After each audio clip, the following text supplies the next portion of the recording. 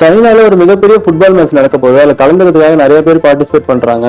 சைனாவோட முன்னாள் பிளேயரான கோல்டன் லேக் அப்படிங்கிற ஒரு கோச்சும் இதுல கலந்துக்க முடிவு பண்றாரு.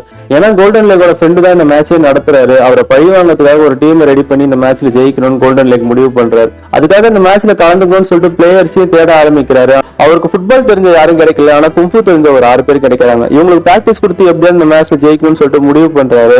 இவங்களோட ஃபர்ஸ்ட் மேட்ச் அங்க இருக்க ஒரு லோக்கல் டீம் கூட ஆரம்பிக்கிறாரு. ஹீரோவுக்கும் அந்த லோக்கல் டீமுக்கும் ஏற்கனவே ஒரு பகை இருக்கு. அதனால மேட்ச் ஆரம்பிச்ச கொஞ்ச நேரத்திலேயே அந்த லோக்கல் டீம்காரங்க ஹீரோவோட டீமை போட்டு செம மாத்துறாங்க. அதனால ஹீரோ டீம்ல இருக்க எல்லாருக்குமே அடிபட்டுருது. ஒரு கட்டத்துல முடியாத ஒருத்தர் வெள்ளக்கொடி காமிச்சு தப்பிச்சிடலாம்னு சொல்லிட்டு முடிவு பண்றாரு. அப்ப அந்த லோக்கல் டீம்ல இருந்து ஒருத்தன் ஜட்டி அவுத்து கொடுத்து உன் தலையில போட்டு நீ டான்ஸ் ஆனா உன்னை விட்டுறேன்னு சொல்றான்.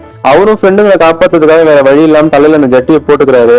இப்ப அவங்க எல்லாரும் கோவத்துல மனசை ஒருநிலைப்படுத்துறாங்க. அவங்க எல்லாருக்குமே திரும்ப அந்த கும்ஃபு பவர் கிடைச்சிருது. இப்ப திரும்பவும் மேட்ச் ஆட போறாங்க. அந்த லோக்கல் டீமை போட்டு செம மாத்தி அவங்க கும்ஃபுகளை யூஸ் பண்ணி அந்த மேட்ச்ல ஜெயிச்சிடறாங்க.